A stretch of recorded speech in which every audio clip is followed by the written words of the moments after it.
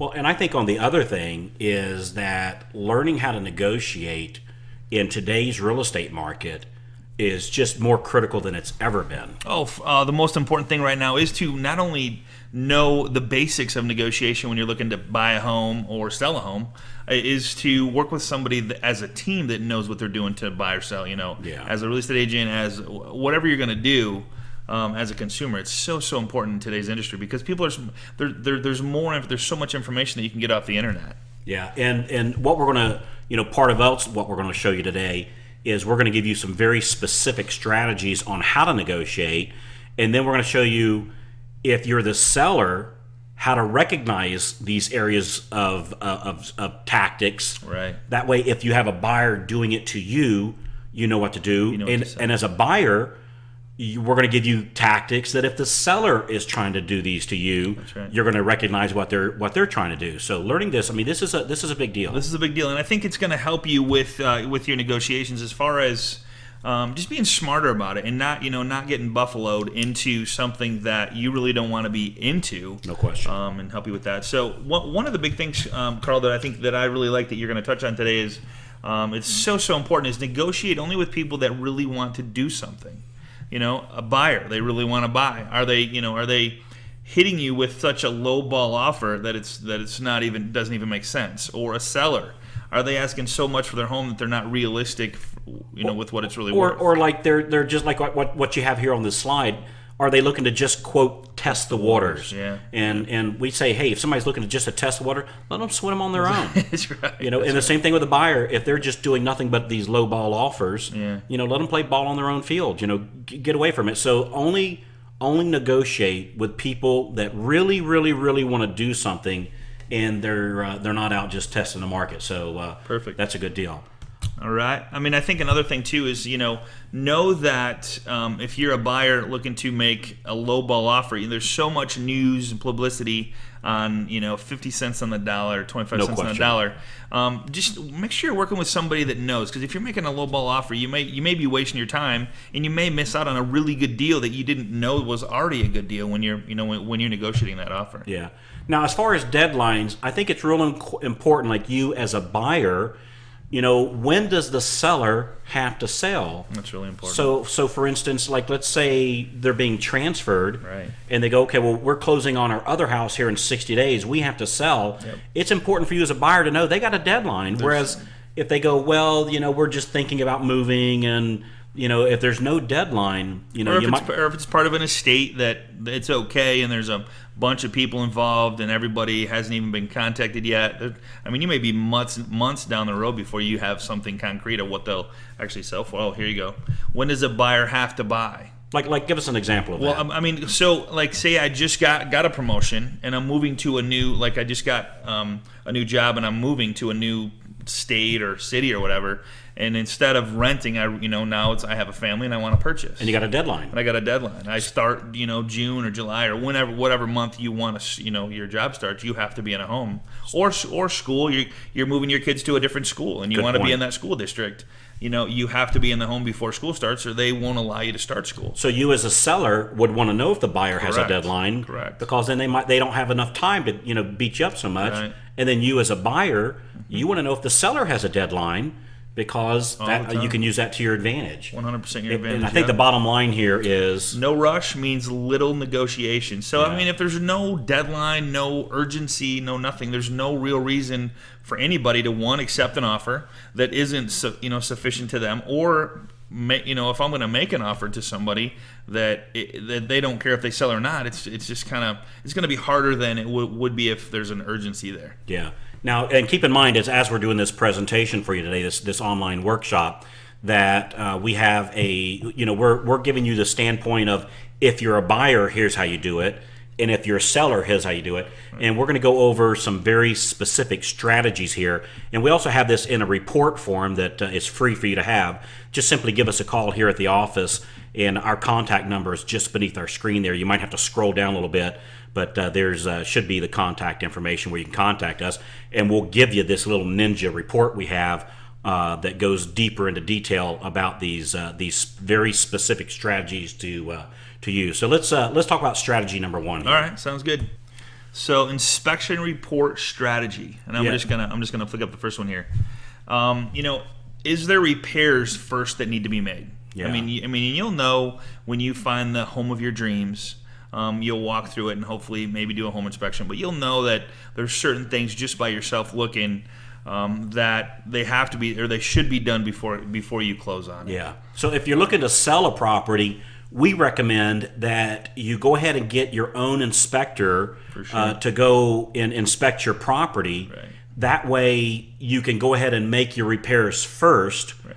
Or we find that the other thing is that if the seller, if you've already got your first inspection report done, oftentimes Right, the buyer will just use that one if it's if it's a legitimate inspection that's been done by a business, because your inspection is to one, make sure the home is safe, two, make sure there's no major repairs that need to be done. This is all part of the negotiations. This is a huge part. Yeah. You don't want to have to replace a furnace, you don't want to have to replace an air conditioner, roof, siding, windows. That's all important stuff for a home. So you as a seller, if you're providing that information right up front by a legitimate home inspector, that's going to save you a lot of time in the negotiation, especially if you can take the time to repair some of that stuff that the buyer doesn't have to even see needed to be done. Right. It's done before they come in. And some people would say, we as we were putting this together, we consulted with a lot of experts about negotiation.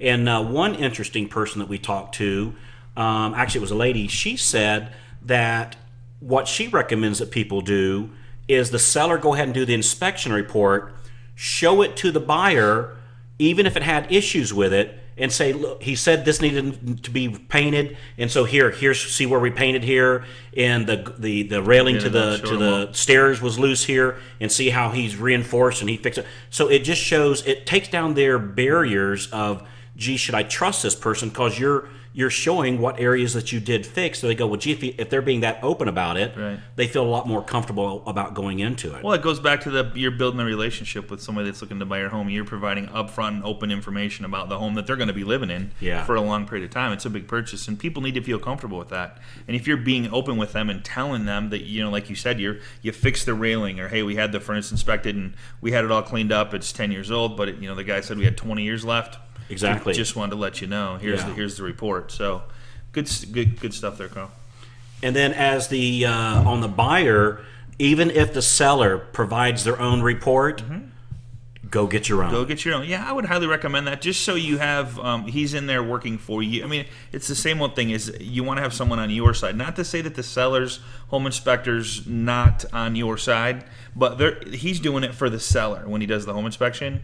The buyer's home inspector is doing it for the buyer.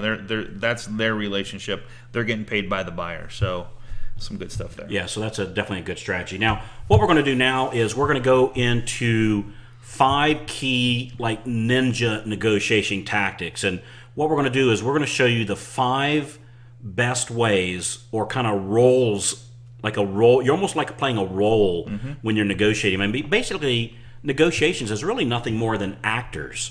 Because I think the best part about negotiations is if you know them, you know what's going to happen. You know what when you make your move. It's kind of like a chess game. You make your move, and then the seller's going to make their move. Or if you're the seller, the buyer's going to make their move, and the seller's going to make their move. So, just real quick, we call it the nibbler. Buyer keeps finding defects in the property to justify a lower price, when really, a lot of buyers will go in if they don't feel comfortable, they don't like the home maybe as much as they want to, they will keep making up stuff. It may, even if it doesn't have to be fixed, or saying I really want it this way, to make it happen. So that's a huge factor. so for the nibbler, the bottom line is this is the person that the negotiations are never done, and frankly. Having a contract is just the beginning of their negotiations, because they just keep nibbling away, which, again, doing the home inspector's report up front for the seller helps to prevent this. Right. And it's like every time they come back and say they're going back over to measure the carpets, they're finding new issues to continue just going over and over and over again. Yeah. So as the seller, how do you stop a nibbler? Well, one way, I'll give you one. Refuse to negotiate further. We have a firm sales contract. I mean, when you have a sales contract, you need to stick to it. They made the decision to make the offer where they decided to make it, and they asked for whatever they wanted to in the offer. And you got a contract. And you have a contract, yeah, 100%. What's the other thing you could do? Well, the one thing is don't allow the buyer to back up on the property except for the final inspection the day before closing. I mean, So if they say they want to come in and measure for carpets, just tell Right. them, I'm sorry, the property's not available because we're moving. Right. We don't want somebody to trip and fall and get hurt. 100%. And just don't let them back on, Don't the let 'em property, back on the property. because if they come back on the property and they see, well, I mean, I've seen people, they talk about the dent. That dent wasn't there when we first came through, or this. Oh, I didn't notice that. Because you gotta imagine when a buyer walks into a property, the excitement is so high. yeah. Now, when they have a contract, now it turns to fear. Good point. So fear is like cold feet. Maybe we're making the wrong decision. They may have seen another home. I mean, there's so many different reasons that could cause the nibbler, to chomp at different reasons to back out of the sale. Yeah, and I can tell you right now, guys, the nibbler, very, very, very effective strategy. It is a very. And then another strategy as the seller to go against the nibbler is To get a large deposit, a good size settlement. I mean, these $100 deposits or $500 deposits, they're easier to walk away from than a $2,000, $3,000 deposit is. So Yeah. I would suggest getting a larger deposit with somebody you think that's going to be doing this type of strategy. now you as the buyer, just keep in mind that you're going to want to go in and measure for carpets and measure right. for drapes, right. and you're going to go, ooh, there seems to be a draft coming through these windows. Right. Do you think you could help us out maybe give us help us put in new windows, yeah. Yeah. or gee, I didn't notice the sink had this old thing. Could you put a new sink in here, and oh, I didn't realize that it was that color. Boy, could y'all paint this room for us? Because Right. again, it's all free stuff if they'll do it. That's right. That And point. and why not? I guess coming from a buyer's point of view, why not ask? I mean, you can't. All they can say is no. I don't have any room, or I can't do that, or they could say, okay, maybe we'll do half. We'll Right. pay for half. I mean, you just don't know unless you ask. Look, and you can say, well, look, you supply the paint, and That's right. and we'll paint it. That's and right. now you got the seller buying your paint for That's you. right. And this goes back to working with somebody that knows how to negotiate. It's not free, because you're going to be on the kind of like, God, I don't want to, you as a buyer don't want to feel bad Yes, when you yeah. ask for something. So have your real estate agent, if you're working with one, No question. do that for you. Tell them what you want and have them go to the sellers and ask the questions. And again, we can hook you up with agents that 100%. that are master negotiators. That's right. All right. So the next ninja strategy is Have the to old. ask the boss. I have to ask the boss. And what you do on this one is you negotiate your best deal, and then in the contract, you actually write, subject to the approval of my attorney. That's right. And people go, well, gee, why wouldn't I let his attorney review the paperwork? Sure. But what's really happening here is, like, let's say you and I are buying a property together. Okay. So you and I are buddies, and we're buying a property together. Okay. And I'd say, hey, it looks great with me, and yeah, those terms sound fine to me. But let me make sure it's okay with my business partner. Mm-hmm. And then you come by and you go, well, I don't quite like this. I know Carl was okay with this price. I'm not okay with that price. Want a better deal. And so I want a better deal. Yeah. And so it's the old ask the boss. Yeah. Now, when you do this strategy, you can say that you have to have it subject to approval of your attorney or your CPA or your trustee Your or bank. your wife, Yeah. your bank, Yeah. your brother, your friend, anything. It's a great strategy. So it's a great strategy because from a buyer standpoint, the seller's kind of like gets all excited and they think they have a deal. Mm-hmm.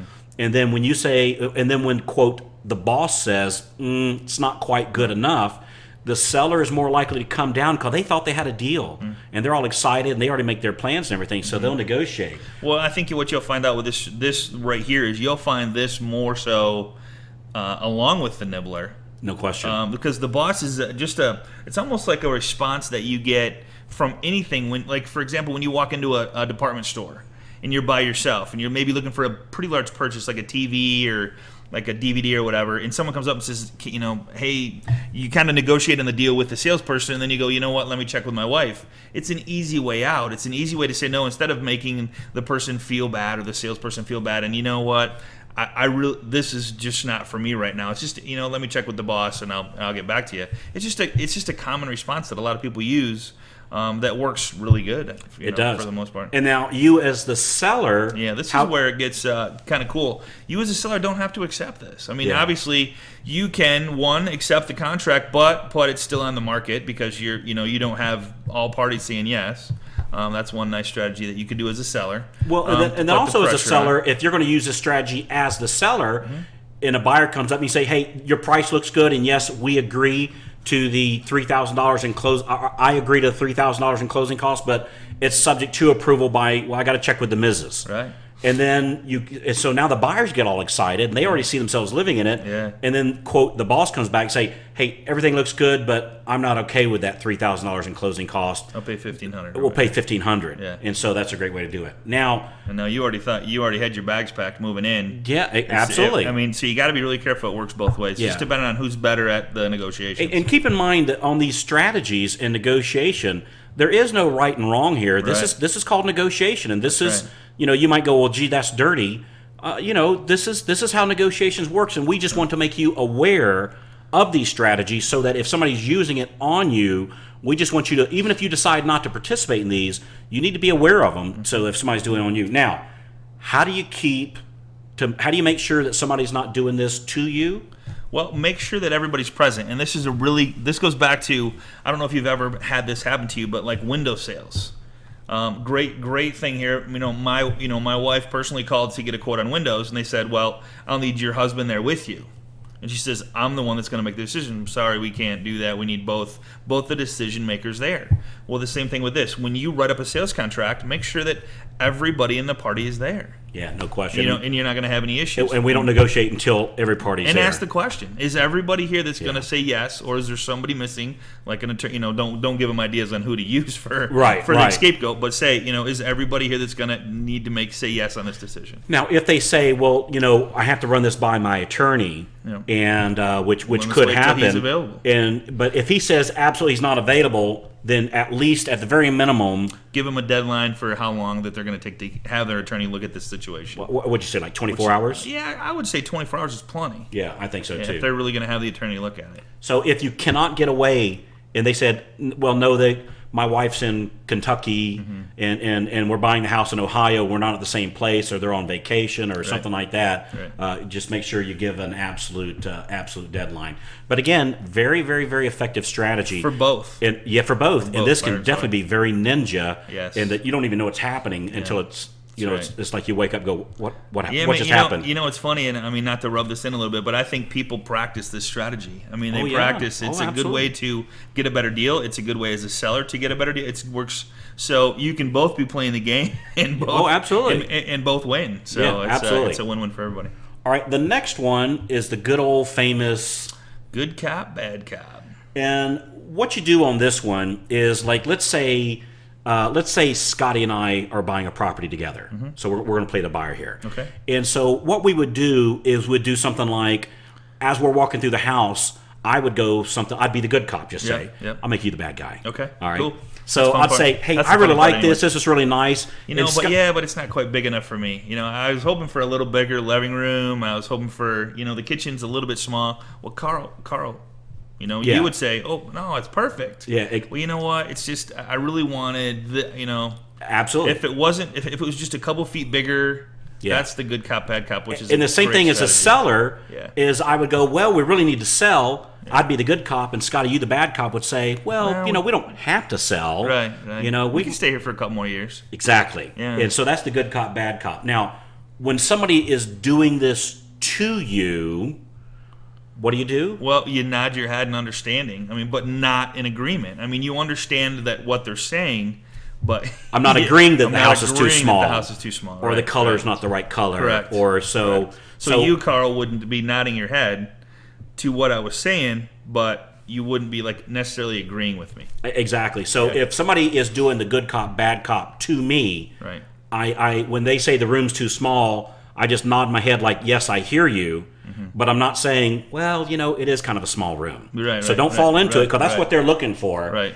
And how you battle against this in as far as bringing it to the closing table is You'd let the good cop convince the bad cop. So you would let, find out, I guess, one as to who is the good cop. Yeah. Because you need to know. Yeah. And then let the good cop work with the bad cop, which is whoever the other person is, Yeah. on the situation. Don't try and get in the middle of it. Yeah, That's and- what you and don't so wanna like, try and do, like- solve it for them. yeah, and so if I'm saying, hey, the room is too small, or if I'm saying the room is perfect and you say it's too small, Right. I could say, well, you want to leave me and Scott kind of good cop, bad cop it out between ourselves, so to speak. Correct. Just nod your head and let me talk Scott into it, so to Right, speak. So right. that's the best way to do this. I mean, and the same thing for the sellers. I mean, you brought up a good point. It's like, yeah, oh no, we have to sell. We have to be out of here in 30 days. You know what, honey? We really don't. We could stay. Well, I mean, we're okay for a couple more years. I mean, then so you like get the buyer excited, and then you take the excitement away from them. It's like, Yes. 'cause you find out, okay, how bad do they really want the home by doing that? It's like, oh, and if you read facial expressions, and Yeah. so it works. This strategy is great for both sides of the party. And again, you're going to see that some of these strategies kind of feed into each other because really, especially on the good cop bad cop, it all goes back to, do they have a deadline? Are they really motivated to buy? Are they really motivated to sell? So a lot of these are kind of I mean, and I guess if you were smart as a seller, you would not admit to a deadline. no question. Because if you admitted to a deadline, the buyer would have the advantage. So, I mean, you just got to be really careful what you Oh, admit to. absolutely. If we got to be in the house in 30 days as a buyer, the seller knows that, and they know you love the home. Absolutely. I mean, well, it's it like could you can go go to both Las ways. Vegas. Do you play your cards facing, do you hold your cards to your chest, or do you show them to everybody? Exactly. You don't show your cards. Exactly. And that's hard for a lot of people because they're emotional about it. It's a huge emotional Yeah. purchase. So you have to work with somebody that can be that good cop, bad cop person for you to, because they need to know who you are, what you like, what you don't like, and what your 30-day window is or 60-day window is. Or as a seller, I gotta get the heck out of here. I gotta sell this home. You need that third party to do that for you, so the emotions don't show. Yeah, and the other thing I would say is, we hear this all the time. People saying, well, I'm not really negotiating. My real estate agent does this for me, and that's great as long as you have a real estate agent that's good at negotiating. Good, right. And you're going to find that if they haven't been trained in negotiation, they might not be that well at it. So a good question to ask a real estate agent is, what negotiation strategies do you plan on implementing when you have a buyer call? great And if they idea. say, what do you mean?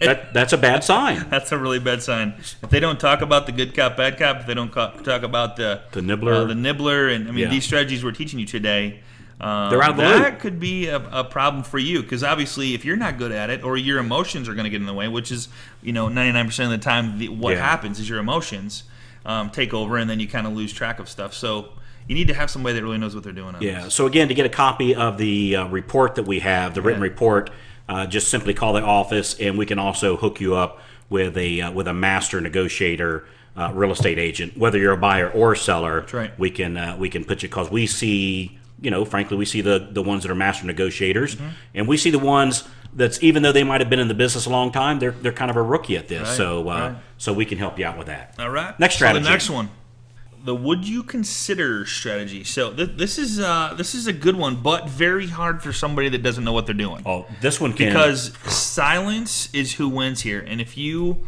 what you want to do is, you as a buyer, you want to, this is kind of what you want to say is, what is the lowest price you will accept for this property? And then you want to shut up. You don't want to say anything until they respond. yeah, and because whoever speaks first after this question, Loses. yeah, no question Always, about it. always. And this goes for any type of sales. I mean, Yeah. a lot of people will tell you what their lowest price is. Now, will they be honest about what their lowest price is? Probably not, because they know that this is the start of negotiations. Yeah.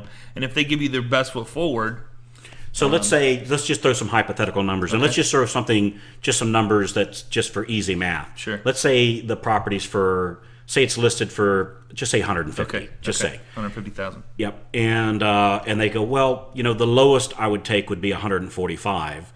Well, that's when you as the buyer would say, would you consider, Would you consider- 130? Right.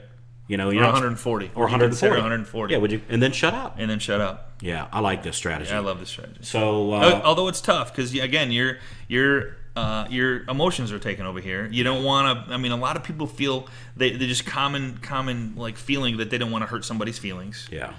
So to ask for a lower amount, just if you can't do it, have somebody do it for you. Obviously it works better. And the next thing you're going to put up here is if the buyer and seller like each other. Yeah. If you have some sort of common bond or relationship, or maybe you go to your kids go to the same school, or some sort of relationship there, or you've built a relationship in the just process. Looking at the home in the process. Yeah. So as a buyer, I guess one of the strategies, Scotty, is to be as pleasant as possible. For sure. Even if you're being the nibbler, that's right. You still, even if you're good copying, bad copying, you still do it pleasantly.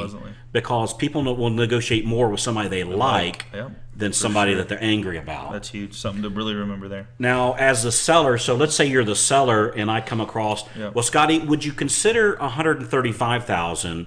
What would you say? What typically you do there, Carl? Is I would say, Carl, why don't you put that on paper? And then the big thing is have you as the buyer write it down. So I'm writing you an offer. So you're writing me an offer, so you have something concrete on paper. And now, if they refuse it, then they're not serious about that offer. But they want typically, you can go back and forth for days on verbal. Hey, I'll give you this. Okay, I'll accept this. I'll give you. And that's where the seller needs to step up and go, why don't you put that on paper and we'll go from there. Because then you have a trail. Okay, I offered you this. No, I'm not going to accept that, but I will take this type of thing. So you have it all written down on paper. That's a good point. It's a contract. That's a good point, because we find that when you get the buyer to put something on paper, they've now kind of committed to at least negotiate to that point. Correct. And you don't say, put it on paper and we'll do it. Yeah. You say, well, why don't you put it down on paper and we'll consider it. Yes. Well, we did consider it and recounted at 147. That's right. Right? So that's how you do this. So, and again, like you said, if they refuse to put it on paper, they're not serious, and it goes back to what we were saying. Only deal with people that are serious. Well, and I think if you're smart as a seller, you want something on paper because then the person's serious. Yeah. I mean, that's the hardest part. Is I can sit here and talk to you all day, but when I actually write something down and sign my name to it, that's rubber meets road. That's a hard step for a lot of buyers. Is oh crap, am I really taking this to the next level? And now I got to step up to the plate. The auction strategy. Now, what the auction strategy is, and this can be used in a couple different ways. Number one, it can be done as a true auction. Or number two, how we've seen this work is that the seller puts a very low price house on the market. So let's say, again, using our 150,000, say, hey, I'm doing an auction, and the price bidding starts at 80,000. And so it generates a lot of activity. We can tell you right now that the seller always will benefit from this auction. I mean, the best part about this strategy is, and I like the strategy of starting out with a lower price for an auction, because that does create a lot of want, because people are pretty savvy nowadays, and they know what the neighborhood brings. And if it's a low price, you're going to get a lot of activity into an auction, and that's what you want. You want bidders. You want people that want something more than you want it. And honestly, in an auction, it's not about price so much anymore. It's about who wins. Yeah, that's right. It's kind of like it turns into a game and not price. I've been to one of these, and it's amazing how people will bid against each other just to win. Yeah. So it's like and end up paying a price they otherwise wouldn't have paid. Totally, 100%. So from a seller, this is a very good strategy, but from a buyer, I can tell you right now, for the buyer, it's hard to win at an auction, because you're competing against other people that want the same thing, and a lot of times a lot of people will show up with the strategy that the auctioneers use is starting at low prices. So. So if you're a buyer and you see that an auction that they said, well, we actually got three bids in right now, come back with your next bid. So an auction doesn't have to be, quote, we're having an auction on the house. Right. It could be, we got two. Contest. Or we got two other bids right now. That's right. As soon as somebody says something like that, walk away. But then as a seller, it's great. It's a great way to be. Get a lot of activity. Absolutely. Now the other thing that we notice is, if you use a local agent, right.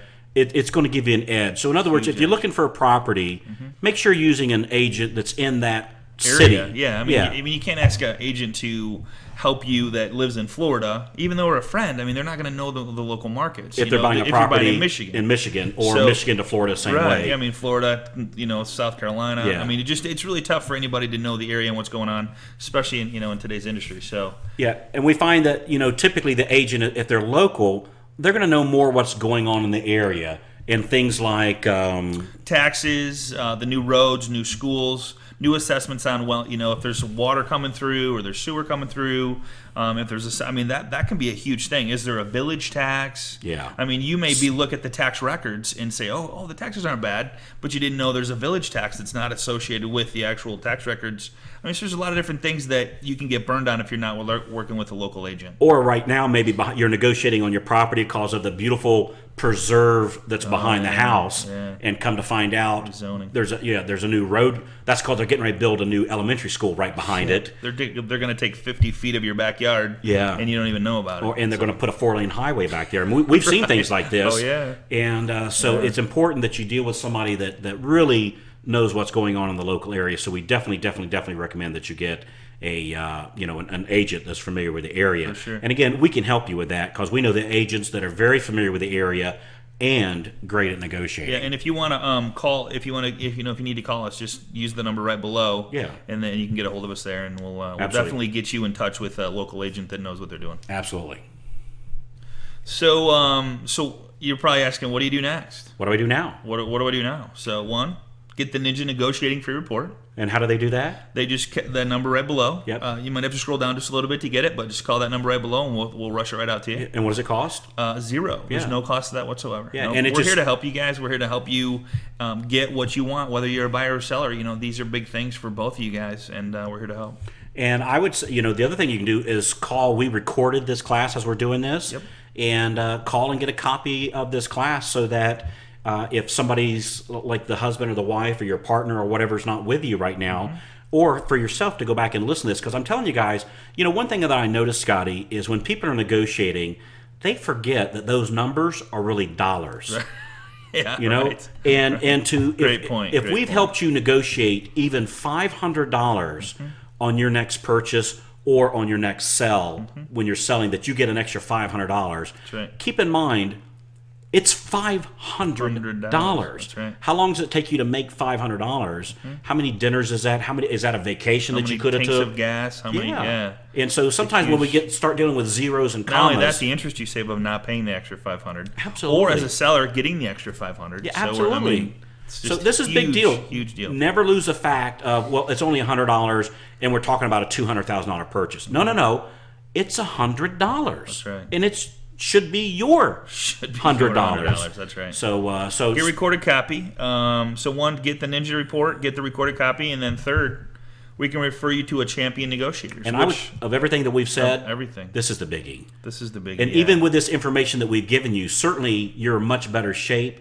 But it takes, it's like you can know the rules of a poker game, but it takes years of playing to be a champion poker player. That's right. And so we can refer you to the champion negotiator. So simply give us a call, and we'll give you your free Ninja Negotiation Free Report recording of the class. We'll give you a copy of this, and we can also refer you to a champion negotiator. Well, I think the biggest thing with the champion negotiators, this is something that they do every single day. You might do it once and then not again for 7-8 years. Yeah. It's not something you're accustomed to. It's not something you're comfortable with. Yes. You need someone to really help you with this, because this again, it's not just $100. I mean, it's not just $100. It's $100. This is money we're talking about. Yeah, I mean, absolutely. and sometimes it's thousands of dollars that you can Yeah. save by having the right negotiator in your corner. No question about it.